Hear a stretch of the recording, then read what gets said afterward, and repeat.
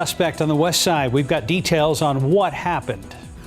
Plus, tennis icon Serena Williams says she's not done yet. How her final tournament is going in your morning headlines. Live from KSAT 12. Good Morning San Antonio starts right now. And good morning to you. It is Tuesday, August 30th. We're going to talk torrential rainfall to the west of San Antonio coming up. Yes, a lot of rain in some of the areas, but for now, let's look at today's 9 at 9. School starts in Uvalde 1 week from today, and community members had a lot to say about the district's safety plans. Teachers and staff have been through training to get ready for the emotional needs of students this year. However, some physical changes to the schools will not be ready in time for the first day of class.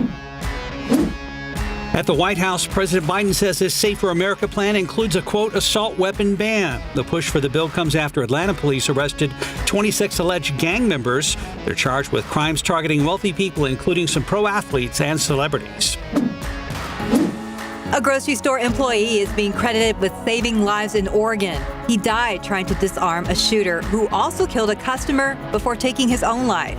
Authorities say that shooter had been planning and detailing his desire to commit a mass shooting in online blog entries dating back to June.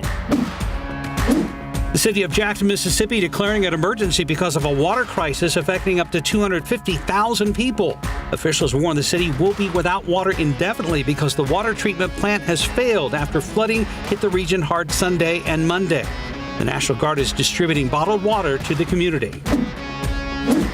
We are learning more about documents taken from the search of former President Donald Trump's Florida home. The Justice Department says it's identified, quote, a limited set of materials that potentially contain material covered by attorney-client privilege.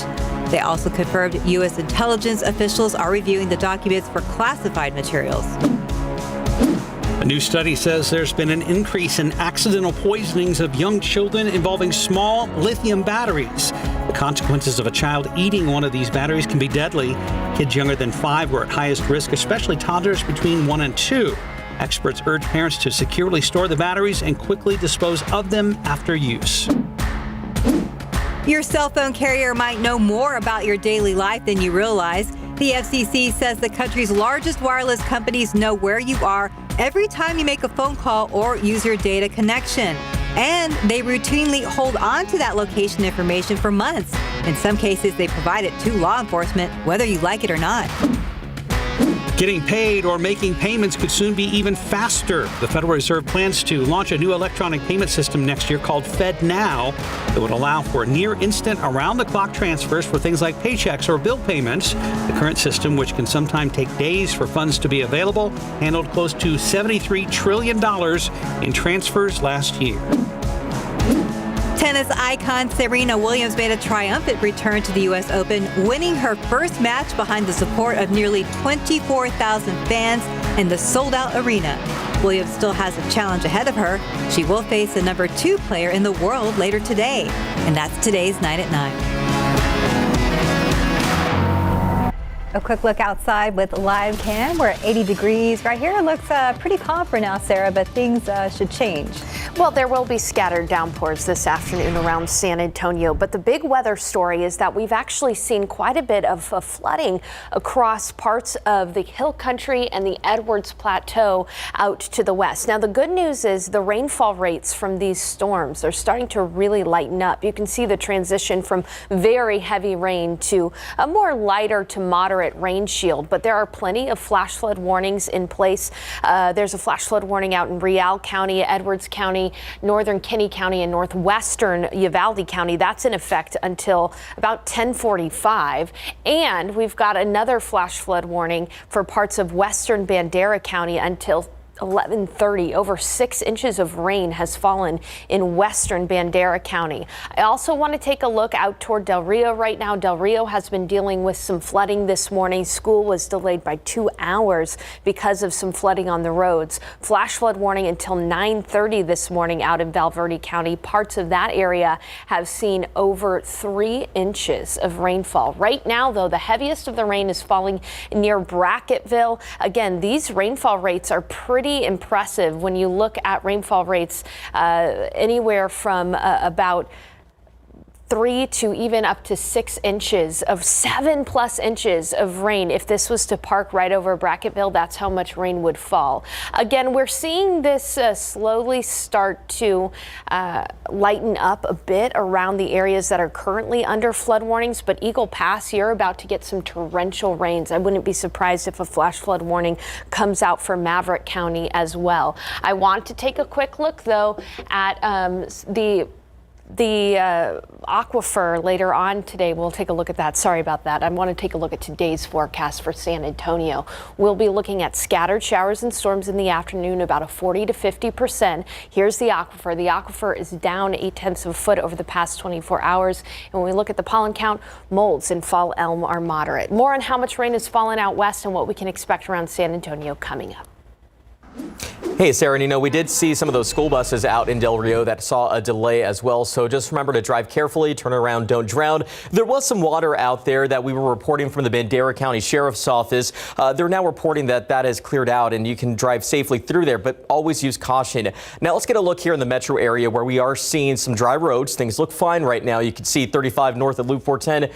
Things have dwindled down. We already passed that busy time and a lot of folks have already arrived to their destination, perhaps work, or maybe they already dropped the kids off at school. So right now the commute is pretty quiet, but of course we know that some issues still can pop up. Let's go ahead and start with that wide look at the map, because what we see here is a crash that popped up near the south side of San Antonio near 410. We'll find out what's impacting traffic, or what those conditions look like, I should say. But let's tell you what we're seeing here in town, because US 90 here in those eastbound lanes, TxDOT reports a crash near Nogalitos. Not seeing a delay, but we are seeing a little bit of traffic building up there near Nogalitos, so just watch out in that direction. But other than that, the roads have been pretty quiet. We saw the usual slowdowns. Again, things have cleared out. Traffic now moving there. US 90 at Couples, you can see no major delays reported, but we're going to continue to watch the roads closely. And as always, make sure you do the same. Guys. Thank you, sir. New this morning, San Antonio police trying to find a suspect who shot someone during a drive-by on the west side overnight. Happened in the 2200 block of San Luis near West Commerce around 11 o'clock last night. SAPD says the man was walking to his house when someone in a dark-colored sedan pulled up and started shooting at him. The man was hit in the arm and then rushed to a nearby hospital. The suspect got away and is still on the run. One of your other morning headlines, tennis icon Serena Williams off to a hot start at the U.S. Open. Plus, a bizarre story you won't want to miss that involves a pumpkin and breaking a world record. David Sears is here with the breakdown. And it has a little to do with the size of the pumpkin. Yes. But that's not the world record. So there you go. Think on that. Okay. Chew on that for a second. This is becoming more normal in California, though. This is happening just outside of L.A. You're watching thieves come into a jewelry store in the middle of the day, and they are loaded with hammers. Here comes another one with a hammer. They've got their hoodies on, so they can't be identified. They're smashing those display cases and grabbing merchandise. The owner is near the front of the case. The thieves came prepared, as we said, with those hammers and hoodies. The owner trying to do what he can. You can see one of his employees on the phone calling 911 and at the same time throwing a calculator at the thief, doing what she can to at least make it a little more difficult. Unfortunately, one of the thieves grabbed the calculator, threw it back and hit the owner. All good. They were trying to save their business. Maybe later on you'll get married, have a wife. You think you'd be proud of that? No. Go to college, learn a trade. Away with $200,000 in merchandise. All right, let's take it to New York City. It's early in the morning, and that is a man headed down the street. He's going to synagogue, and this is a juvenile, just comes up with a fire extinguisher and starts spraying that man. You can see the man, can't even see him anymore. Juvenile walks off. He's headed down the street. He's going to find another victim. The first gentleman, 72. And once again, that juvenile just goes down the street, finds another man who's 66 years old, sprays him. That happened about 10 minutes later. So here's the good news. The juvenile got caught by police. The only thing we know so far is the suspect is a juvenile. That's about it. But police have not released any other info. They are looking into the incident as a hate crime, though. Don't know if there are any other suspects. By the way, New York leads the nation in anti-Semitic crimes. And as we mentioned a minute ago, tennis great Serena Williams off to a great start at her last U.S. Open, winning her first match last night in front of a packed house. She defeated Danka Kovacic in straight sets 6-3, 6-3. But she finds herself on the cover of Time magazine because of an incredible career. The headline writers over at Time calling the tennis star perhaps the greatest athlete of all time. By the way, as she plays in her last U.S. Open, a quick note, she won her first title at the U.S. Open in 1999. She was 17. Ooh. Wow. So when is the last time you paddled a pumpkin down the river? Steph, you did that yesterday, right? Oh, yeah, right there on the Riverwalk. Right there with Dwayne. That's Dwayne Anson and the USS Berta. They're from Nebraska, and that's a hollowed-out pumpkin that Dwayne is paddling down the Missouri River. He spent a few years growing the boat-sized gourd. It weighed 846 pounds. He hollowed that baby out. You know, that was kind of gross. Can you imagine the 846? Oh, man. And It then must have taken a while. Sitting in it. He went down to Missouri for 38 miles, the old record 25. So he set the Guinness. They don't call it the Guinness Book of World Records anymore. They just call it the Guinness Record. I'm so sorry. Oh, really? Kind of throwing us off, isn't it? It always messes me up. Dwayne said it sounded like a cool thing to do, but he probably wouldn't do it again. Oh, he wouldn't do it again. I guess not. Maybe it's not that comfortable, I don't know. pumpkin. Yeah. So he grew this big on purpose, and his first thought was to carve it out and turn it into a kayak? Turned it into a Yeah. boat. Won't float down the river. I guess so. It's There it the goes. Berta, right? Or what was the name of the SS Berta. BERTA. Yeah. That's, So, that's there you go. SS Berta. See? Hopes and dreams. There you go. we'll get there someday, right? To each his You'd take own. up your whole yard, wouldn't it? Thank you, David. Thanks, David. Right now, 9:09, about 81 degrees. Coming up later this morning on GMSA at 9. A new institute at Texas A&M San Antonio hoping to get more autism services to families who need it. And coming up next, if you're interested in designing and building aircraft and spacecraft, there is a new program at UTSA for you. Tiffany Huertas is going to tell us about the hands-on learning students will have. Welcome back, 9:13. You know, the KSAT viewing area is huge. We stretch almost all the way from the coast all the way over to the border.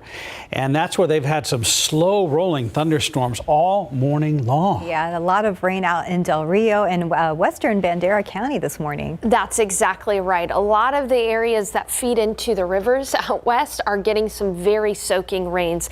It's a little too much of a good thing, though, because it has led to some flash flood warnings. Let's take a look at the radar right now.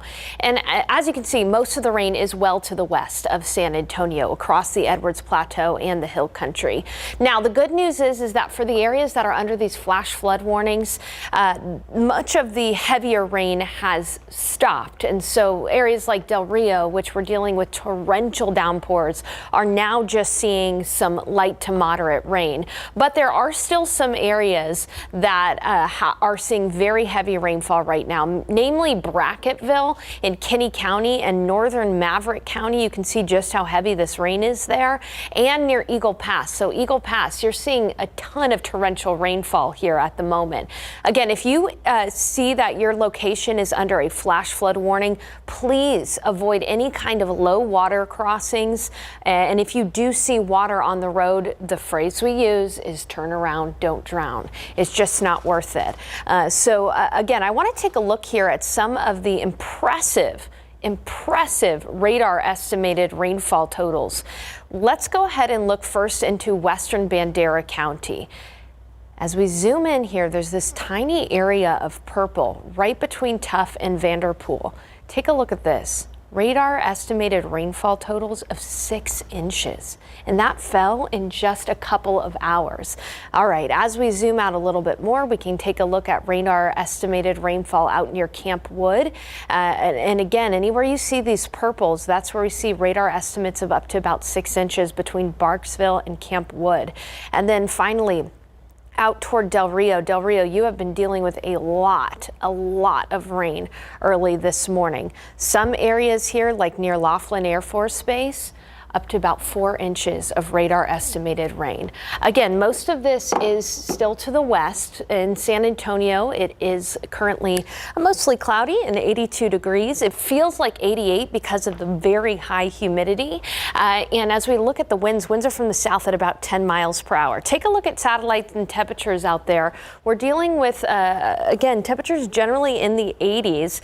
In New Braunfels, it's 79, 73 in Spofford. You can see the clouds just really starting to fill in there from the west. And as we take a look at the high-res futurecast, Into this afternoon, San Antonio's rain chance stands at about 50% coverage. So is it going to rain everywhere? No, but the coverage should be about 50%. And this could really impact the evening commute. A lot like what we're seeing out west, there could be areas where we deal with some localized flooding issues. In the overnight hours, there is a 20% chance for an isolated downpour into early tomorrow morning as well. And then once again, by tomorrow afternoon, we'll see a few scattered downpours possible. Chance for rain tomorrow. In the afternoon, coverage is about 40%. As we look at your KSAT 12-hour forecast for the remainder of the day, we'll be at 87 by noon. And again, in the afternoon, our rain chances will start to tick up. 50% around San Antonio, 91 for the high temperature. That's it. And then as we head into the evening, about a 20 to 30% chance for isolated rain. Temperatures should be cooler than seasonably average today, with highs right near 90 degrees, even in the upper 80s in the hill country. And as we take a look at the 7-day forecast, pockets of heavy rain are possible through Thursday and even into Labor Day weekend, guys. We do have a chance for some rain. Is it going to be a washout? Probably not, but I do want to put it on your radar, no pun intended, that over Labor Day weekend we could see some showers and storms. Now, coming up, I'm going to have another look at the radar, and we're going to take a look at the tropics too. We look forward to it. Thank you, Sarah. Thank you very much. We'll save more, waste less. It's what more and more people are trying to do these days. 12 on your sides, Marilyn Morris shows us 3 eco-friendly swaps you can make at your home that can help you go green and save some green too.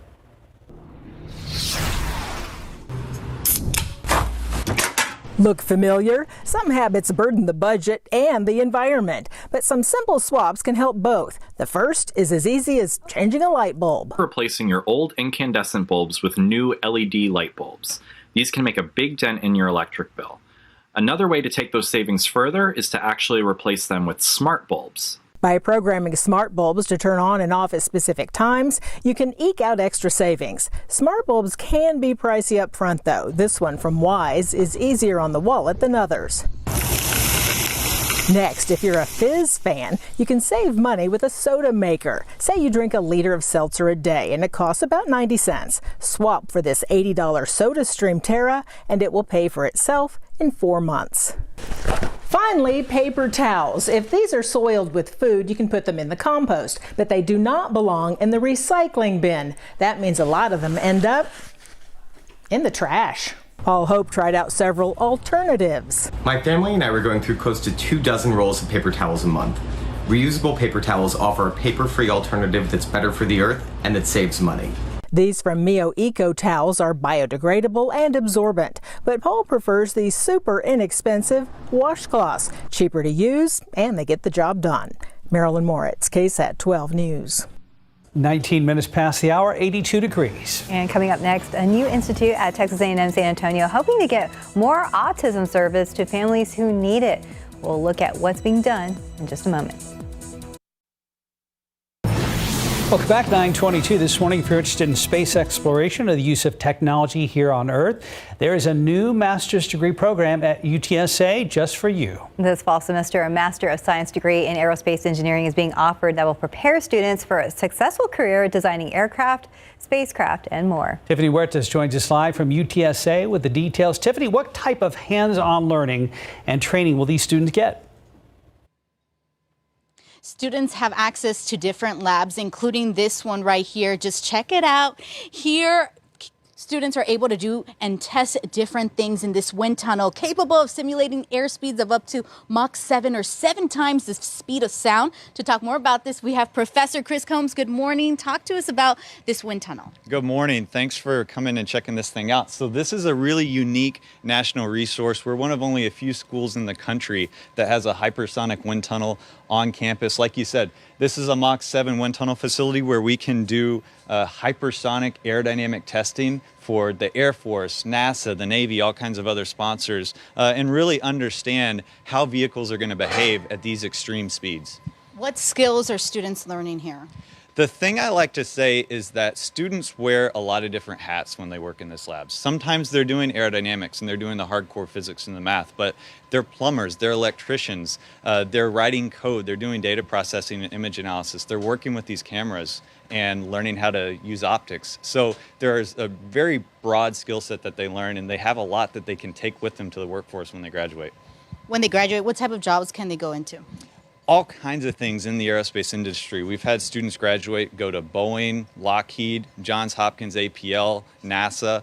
So these students are getting really fantastic job offers. And one thing that we really keyed on when we developed this proposal for the Aerospace Master's Program is that just in the last year, there were over 90 jobs advertised for aerospace engineers in the San Antonio area, and there wasn't a single program in the city that was addressing that need. So we're really trying to fill that gap and help prepare the workforce that our city's asking for.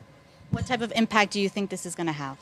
Just a huge impact. We're trying to create opportunity. We're trying to put San Antonio students in a position where they can have STEM skills and workforce skills that are really going to make a difference. You can see impact here in the space sector, in commercial aviation, in defense.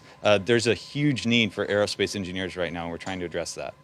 For students that are looking at this and saying, when can I apply again? The semester already started. When can they apply? Right now. If you missed the deadline for the fall, you can enroll right now. You can apply right now and get started in the spring and January, no problem. Awesome. And what are you most excited about? I'm excited to see these students develop. I'm excited to see what they do when they leave here and get into the workforce. The whole goal is to train them up, get them graduated, and then I'm excited to see what they create once they're gone. Awesome. Well, very cool stuff. I'm very excited, and thank you for having us down here in your awesome lab. We're going to have more details coming up on the noon show. Back to you guys in the studio. Thank you, Tiffany. We look forward to it. And this morning, many local families often struggle to get access to basic autism services. CDC reports that about 1 in 44 kids has been identified with autism spectrum disorder, and the numbers are higher for Hispanic communities. RJ Marquez tells us how Texas A&M San Antonio is looking to reverse those trends with a new Autism Institute on campus. There are thousands of families in Bexar County waiting for a critical autism evaluation. One of our initiatives is to help with the assessment and the evaluation process. Sarah Minner is the director of the Institute for Autism and Related Disorders at Texas A&M San Antonio. This is a new multifaceted program looking to help South Texans diagnosed with autism. We're hoping to shorten the wait list by providing direct services to students and for individuals in the community while also growing clinicians here on campus. The latest CDC data projects there are nearly 30,000 people diagnosed with autism living in San Antonio. And the average wait time for families to evaluate their children ranges from a year to 18 months during a critical developmental period. There's only less than 2 handfuls of ABA clinicians that live in this area. If you get children evaluated sooner and access to services sooner, they're going to have greater long-term outcomes. This institute is the first of its kind in South Texas and will feature a few elements, including a clinic for people living in this area and also a mobile bus unit that will go out directly to the community for assessments. This institute will also help adults with autism who age out of the public school system. Adults with disabilities who need funding for services such as, wheelchairs for day habilitation programs. Minner says the goal is to remove barriers and give access to families in parts of the county who need it most. We can really change the lives of individuals with growing this institute. RJ Marquez, KSAT 12 News. 927, 83 degrees. There's more ahead on GMSA at 9. Coming up, should recess be mandatory? We're going to show you how it could play an important role in your child's life. And it's Final Cut Day for teams across the NFL. David Sears joins us with a breakdown of who could make the Cowboys roster. We're back at 9:30. The first day of school quickly approaching for students in the Uvalde Consolidated Independent School District. The community had an open forum last night to discuss the district's budget and safety and security plans for the upcoming school year, which starts 1 week from today, Tuesday, September 6th. That's right. The open forum last night ran for over an hour and a half. Speakers seemingly had a new sense of urgency about safety and security changes. At least one parent listed off security updates that could have potentially saved lives the day of the Robb Elementary School shooting on May 24th. KSAT's also learned that special training will take place Sunday and Monday to ensure local law enforcement is prepared for school to start next Tuesday there in Uvalde. Hey, Mark, Seth, we're back with an update on what we're seeing west of us. But right now, let's get a quick look here in town. Roads are still dry. We're not seeing any issues out here, so that's good. So if you ever if your commute takes you through US 90 here in town or 281 at San Pedro, just drive safe. Really, nothing major is going to slow you down at this point. But the areas that we're watching out towards west of us continue to have some issues. State Highway 55 south of Kempwood, we are hearing reports of a closure out there due to some high water. And you can see it anytime that an area of road that fades out like that, that does indicate that there is a closure out there. Now, keep in mind, we know that this is closed from South Street to County Road 417. We give you a wider look there, and you can see also a little bit of a buildup out near Camp Wood. So you have to drive carefully through these conditions. Not necessarily a great time to be out on the roads in that particular stretch of areas. So follow the rules, turn around, don't drown. We take you back to the metro area. Roads are still dry here in town, Sarah Spivey, but what else can we expect?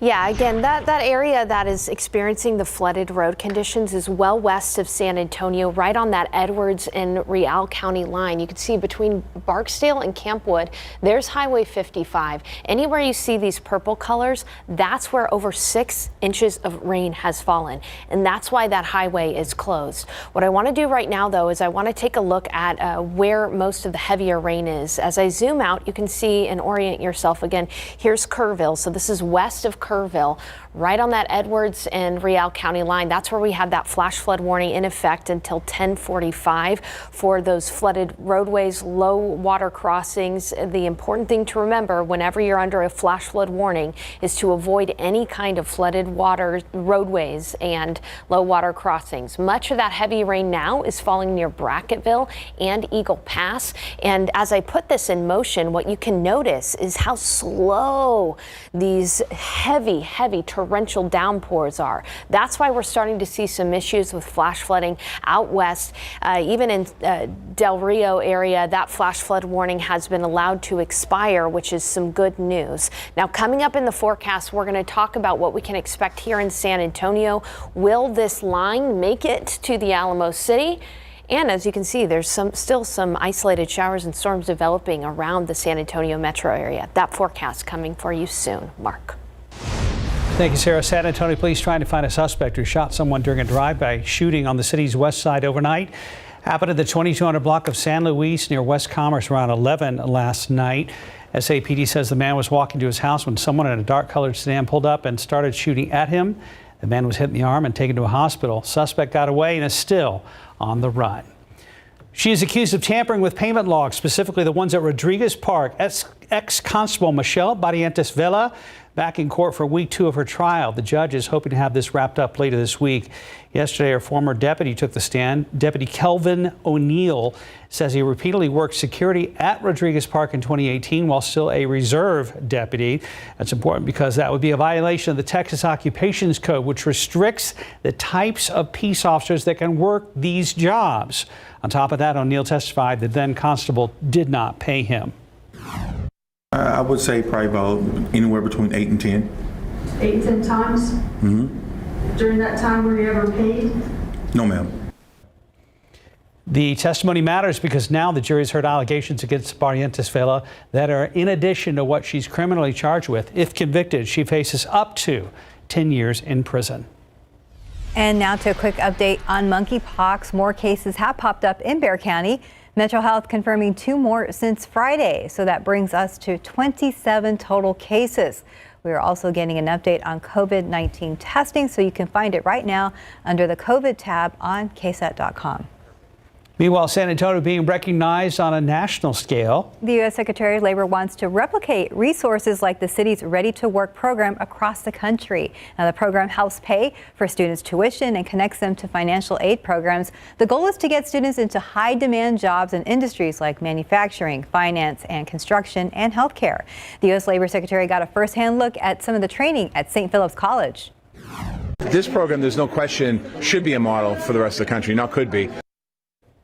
And we are told this program isn't without its challenges. About 5,400 people have applied, but only a few dozen have enrolled in a course or classes. The city says the gap is due to 2 things. Number 1, not having enough staff, and number 2, taking the time to craft a career path for each applicant. Pro football coverage powered by Davis Law Firm.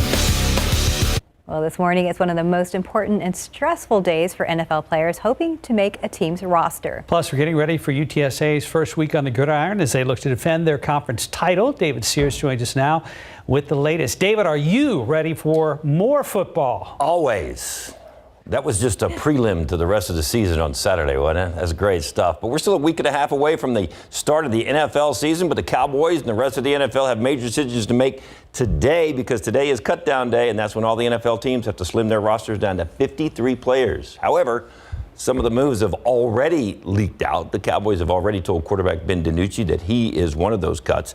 The Cowboys have a bigger problem, though. Who to start at left tackle instead of Tyron Smith, who was injured in practice after the second preseason game and not expected back until December at the earliest, if at all. The Cowboys will be the first ones to tell you. That's why they drafted Tyler Smith with their first pick.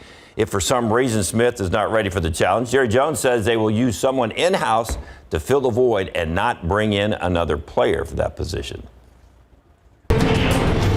And we are now just days away from the kickoff of the UTSA Roadrunners football season, a chance to defend their Conference USA championship and their 12-win season. The coveted single digits have been passed out as part of the Triangle of Toughest mantra. That was introduced by head coach Jeff Traylor, and two of the recipients are two senior leaders on the team, quarterback Frank Harris and safety Rashad Wisdom, both San Antonio high school products. It means a lot. Just having all my peers, my teammates, my coaching staff all believe in me. I'm very honored to be, in zero. This means a lot to me. It's a big thing, especially for us. It's something that we're really bought into and really, really about. And there's a lot of guys that got voted into the single digits this year that are new. And I feel as though the right people are in the numbers. So, I'm definitely excited for everyone that got voted in, because it's a big thing, and, we don't take it lightly. Yeah, that's another great tradition they started over there at UTSA. You don't just walk in and get a number you want, especially if it's single digits. You've got to earn that thing.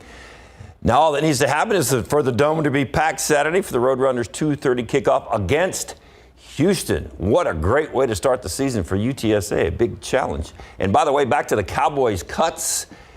Dennis Houston of San Antonio Warren High School, he's got a good shot at making the team. We'll find out. Wide receiver, so he had a pretty good preseason, made some nice catches. So we'll see if that pans out for him today. Yes, sir. Okay, we will find out. Thank you, David. Right. Time right now is 9:39, 83 degrees. You're watching GMSA at 9. And places around the Alamo City are growing fast, with more people calling Helotes home, but that's leading to new housing developments and new problems. We're going to tell you about it next. Outside with live cam on storm alert, where we've had them all morning long out to the west of San Antonio along the border. Cities like Del Rio being heavily affected by torrential rainfall. Could it reach San Antonio? We'll check back in with meteorologist Sarah Spivey coming up. And welcome back. It is 9:42 this morning. More people have set their sights on calling Helotes home, and that's leading to new housing developments along with some grievances. A nearly 300-unit apartment complex has been approved for construction off Highway 16. It's between Bridgepoint Road and Triana Parkway. As Alicia Barrera reports, some locals are worried the city is losing its small-town tranquility. Others say it's just part of growing pains. More traffic and more construction. There's no denying Helotes is quickly growing. Oh my God, are you kidding? It's crazy.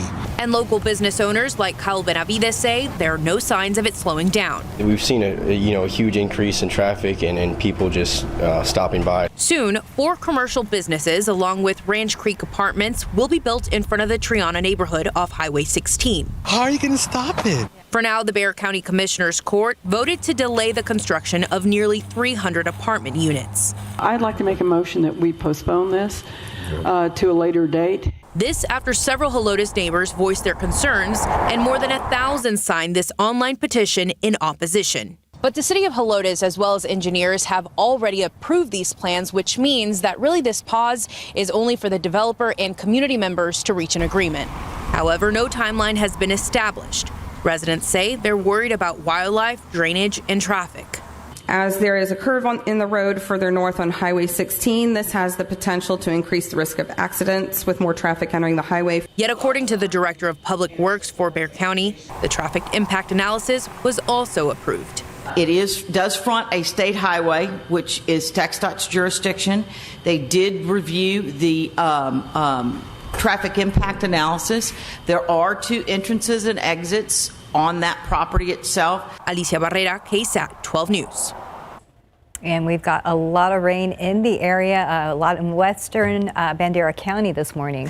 All along parts of the border to the west of San Antonio. Two questions for you, Sarah. One, will any of this make it here? And have any of these shown any sign of weakening at all yet? Well, so we are expecting some widely scattered showers and storms in San Antonio this afternoon. So this afternoon is really the time frame for San Antonio, although we are starting to see some isolated downpours pop up around the metro area. This very heavy rain out to the west has resulted in some areas of flash flooding, particularly for Real and Edwards counties, the southern parts of those counties. Flash flood warning continues for those areas until 10:45 this morning. Now, as we look at the rain right now, the rainfall rates have started to let up, which is good news over the areas that are currently seeing flash flooding, but it's still raining. The heaviest of the rainfall right now is in eastern Kenny County, east of Brackettville along Highway 90. So Uvalde, within the next hour or so, you could start to see some heavier rain. And even right now, the very heavy torrential downpours are falling over Eagle Pass, south of Quemado, right along the Rio Grande there. So Eagle Pass, you're dealing with some very heavy rain at the moment. Currently, no flash flood warnings for Eagle Pass, but that could change. What I want to do here is I want to take a look at how much rain has fallen, at least radar estimated rain from earlier this morning. Western Bandera County still under a flash flood warning because earlier, even though it's not raining there right now, up to 6 inches of rain fell there. And then this is the area that we're really seeing some very heavy rainfall that fell earlier near Barksdale down to Camp Wood. Here's Highway 55. Highway 55 is actually closed near Camp Wood because of flash flooding. Anywhere you see that purple color, that's up to about 6 inches of radar estimated rain. We're seeing a huge swath of 6 inches of radar estimated rain northeast of Darling in Eagle Pass. Now, as for San Antonio, let's go ahead and take a look at the radar closer to San Antonio right now. And you can see that there are some areas where we're dealing with some showers, but really not seeing any torrential heavy rain or for a risk of flash flooding at the moment. Light rain shower just north of Hollywood Park, north of 1604. We're seeing some rain just to the east of Bernie and near Comfort as well. These are streamer showers pushing up to the north. Our better chances for rain around the Alamo City today are this afternoon. So let's take a look outside right now. It's 82 degrees, but it feels like it's closer to 90 because of the humidity. Very tropical air mass in place. It's going to feel very humid throughout the day and into the afternoon. Here's a look at our high-res futurecast. About a 50% chance coverage of rain around San Antonio this afternoon during the evening commute. We could have pockets of heavy rainfall with this as well, which could cause some issues. We're going to be right there with you, keeping you updated throughout the day. Once we lose the daytime heating, our rain chances will go down for the evening, but there's still a possibility early tomorrow morning to see some showers out there for the early morning commute. Chance for rain in the morning tomorrow is only about 20%, but once again in the afternoon, 40% chance for scattered downpours around San Antonio. So for the day today, again, just to recap everything for you, in the afternoon, that's when we're going to see our rain chances go up, about 50% coverage. There will be those that get good rain this afternoon, and unfortunately there will be those that miss out. We'll be looking at a high temperature only of 91 in San Antonio, and then with the loss of daytime heating, we'll see our rain chances go down at least temporarily for the day. I promised you a look at the tropics. There are 2 areas that the National Hurricane Center is watching for development across the Atlantic. As of right now, does not look like these will have a major impact on the United States. So just to summarize, once again, our chance for rain over the next few days, 40 to 60%. So there will be some good rain out there for folks. Pockets, though, of heavy rain.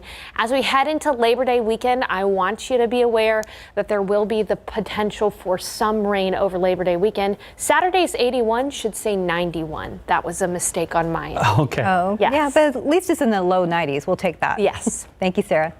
Time right now, 9:49, 84 degrees. And coming up next, should recess be mandatory? Well, we're going to show you how it could play an important role in your child's life. And welcome back. It's 9:52. Recess, for many of us, was our favorite part of the school day. And today, the average recess is about 27 minutes, and that's if kids get a recess at all. Georgia is one of the latest states to sign a law to make recess a requirement in public elementary schools. It joins 5 other states that already require scheduled playtime during school hours, and 7 others require some sort of physical activity at the elementary school level. Experts say this trend will not only help a child's physical well-being, but their mental health as well. David Sears has that story. Basketball, jump rope, soccer. What do you remember most about recess? Playing tag, you know. I like playing with my friends. Studies show recess can contribute up to 70% of a child's weekday physical activity. But in recent years, our kids' free time has been getting cut short. Kids are not being kids in the classroom. All we are expecting from them is to be a robot, to sit, copy, do what I'm asking you to do, and work all day long. First grade teacher Corrales Moreno sees firsthand how recess is necessary for our kids' education. We have been putting more pressure in our kids after COVID happened, since we have so far behind. A study out of Harvard shows children need at least 60 minutes of exercise a day to help maintain a healthy body weight, strengthen bones, and manage healthy blood sugar levels. This not only helps physically, but can benefit a child's mental health as well. The CDC says physical activity in kids improves their ability to memorize, increases their attention span, and lowers the risk of depression. So what can you do when your kids are not in school? Some good ways to promote physical activity in your kids is to emphasize fun. When a kid finds something fun, they tend to stick with it longer. Also, plan ahead. Make sure your kids have a place and a time outside of school to play, and make sure to limit screen time. David Sears, KSAT 12 News. Heads up, tomorrow on GMSA 9, we're getting our very first look at Science with Sarah. It's our new Science Lab segment with meteorologist Sarah Spivey and her trusty assistant David Sears. They're going to be doing a fun science experiment to tell us about what's coming up for the school year for them. So make sure to tune in tomorrow on GMSA at 9.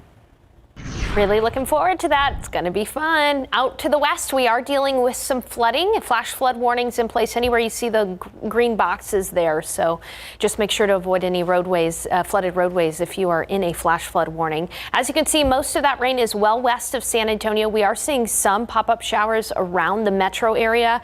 Our better rain chances will be in the afternoon around the Alamo City, and we will have to watch for pockets of heavy rain as well. 50% coverage today, about 40% tomorrow and Thursday, and then over Labor Day weekend, we are going to be having a small chance for some showers and storms. I know a lot of people want to go out and about, but we also need the rain too. Yes, we do. And what a nice way to end the month of August and start September. Yeah, highs only in the low 90s. That's a good thing. So September's good, but it's not officially fall yet. Still, pumpkin spice is back on the menu at Starbucks. The fan favorite pumpkin spice latte is joined by several other drinks and pumpkin-inspired snacks. Stephen, I know you don't have a microphone on right now, but you mentioned another drink this morning that really had our attention. What was it, real quick? It was a pumpkin spice latte. A pumpkin spice latte. But there was something else, a toasted apple crisp macchiato. Apple crisp macchiato. They all sound fabulous. Have a great day, guys. Drink up, people.